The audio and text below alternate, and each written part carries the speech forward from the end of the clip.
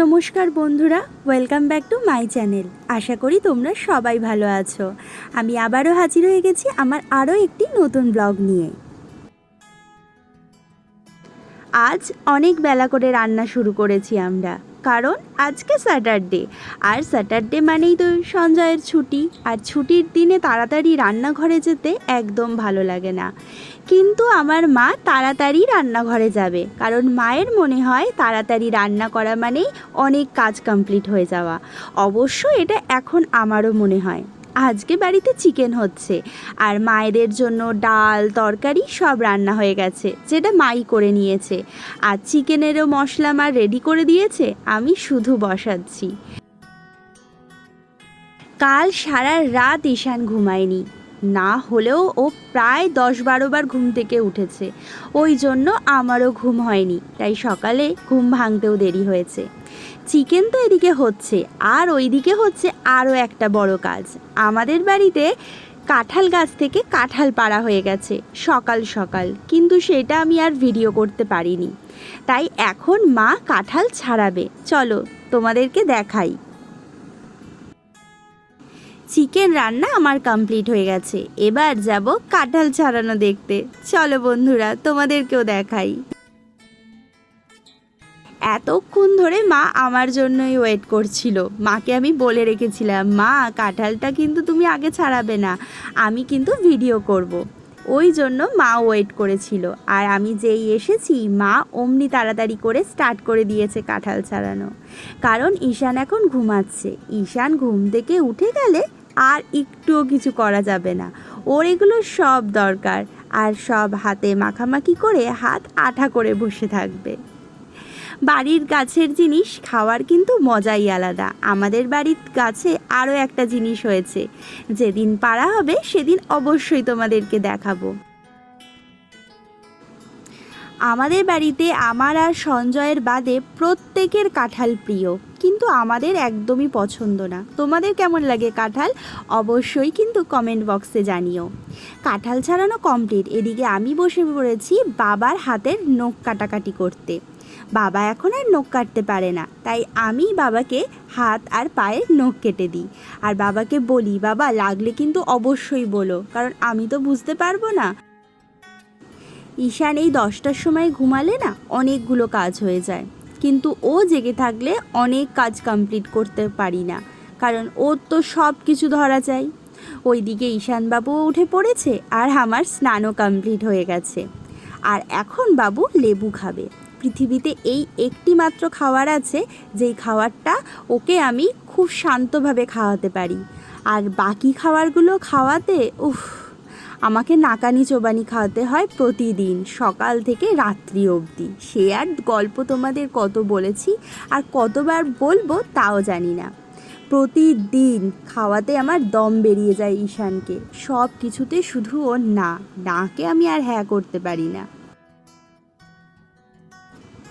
এই যে ঈশানবাবু আমার ঘুম থেকে উঠে পড়েছে, এবার উনি লেবু খাবে।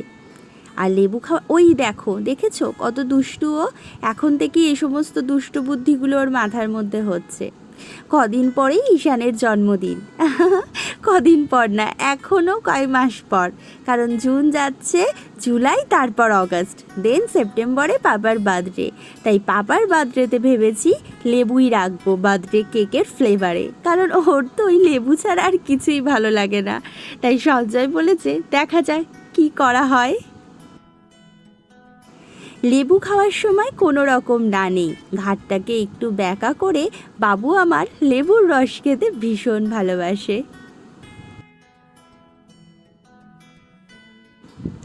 এখন আবার অনেকগুলো কাজ বাকি। আমার কাজগুলো তো কমপ্লিট হয়েই গেছে, এবার ঈশানবাবুর কাজ বাকি। স্নান করানো, খাওয়ানো, ওইগুলো করতে না এখন আমার দম বেরিয়ে যাবে। ও যা দুষ্টু হয়েছে, এক মুহূর্ত এক জায়গায় দাঁড়ায় না, এমনকি তেল মাখানোর সময়ও না, শুধু এদিক ওদিক দৌড়ায়। কাল ফাদার্স ডে, সন্ধেবেলা ঘুম থেকে উঠেই সঞ্জয় বলল চলো ঈশানকে ফাদার্স ডে স্পেশাল কিছু গিফট কিনে দিই।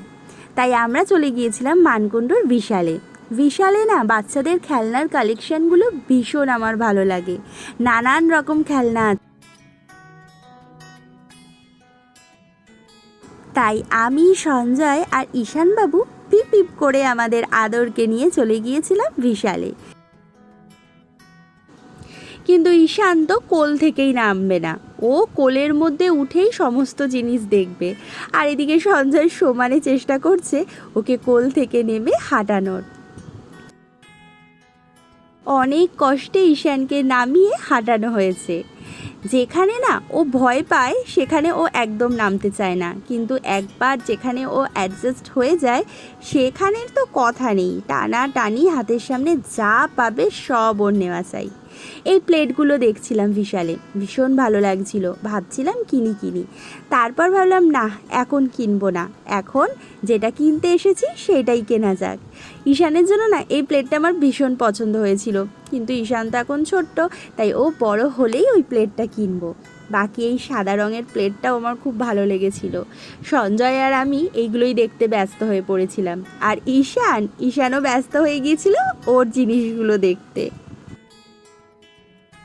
ঈশানের জন্য কি খেলনা কিনবো আর কোন খেলনাটা কিনবো না আমি সেটাই ভেবে পাচ্ছিলাম না, কারণ যাই কিনে দিই ও সবই ছুঁড়ে ফেলে দেয়।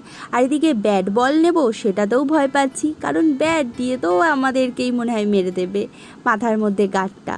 তাই ভাবছি কোনটা নেব, কিন্তু সঞ্জয় বলল ব্যাটটাই নাও, ব্যাট আর বল খেলতে ওর ভীষণ ভালো লাগবে। ঈশান না এখনও টেডি বিয়ার দেখলে ভয় পায়, এখানে যেই টেডি বিয়ার দেখেছে বাস ও আর নামবে না। এদিকে সঞ্জয় তো ওকে নামানোর জন্যই ব্যস্ত হয়ে পড়েছে যে তোকে নামতেই হবে, তুই নেমে কোন খেলনাটা কিনবি সেটা চয়েস কর। আমি ওকে বললাম যে না নামিও না, বেচারা শুধু কান্নাকাটি করবে। তারপর দেখলাম জোর করে নামিয়ে বেশ ভালো হয়েছে, কারণ ওর আনন্দ দেখে কে। ও তো ভাবছে যে আমি কোন খেলনাটা নেব আর কোন খেলনাটা নেব না, এই নিয়ে ও ভাবতেই বসে পড়েছে। আর ওই দেখে আমাদেরও খুব হাসাহাসি হচ্ছিল। ব্যাস বাবু এবার দৌড়াদৌড়ি আরম্ভ করে দিয়েছে, একবার এদিক একবার সেদিক, কোন খেলনা নেবে আর কোন খেলনাটা নেবে না সেই দিকেই ও বারবার এগোচ্ছে। আর ও না, আমি দেখেছি যেই জিনিসটা ভয় পায় সেই দিকেই ও বারবার যায়।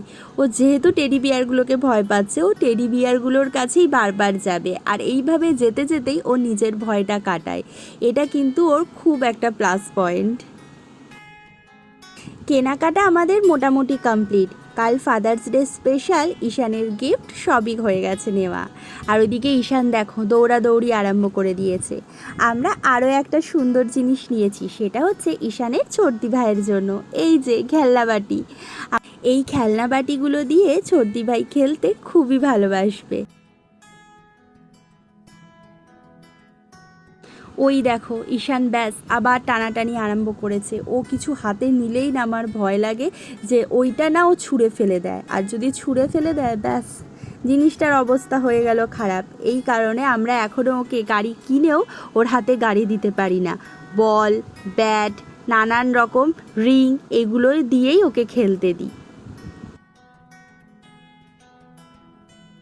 কেনাকাটা আমাদের কমপ্লিট, এবার বাড়ির পথে যেতে হবে। ঈশানের জন্য অনেকগুলো খেলনা কেনা হয়েছে, এই খেলনাগুলো নিয়েই ও খেলুক, তারপর আবার নতুন খেলনা কিনে দেওয়া হবে।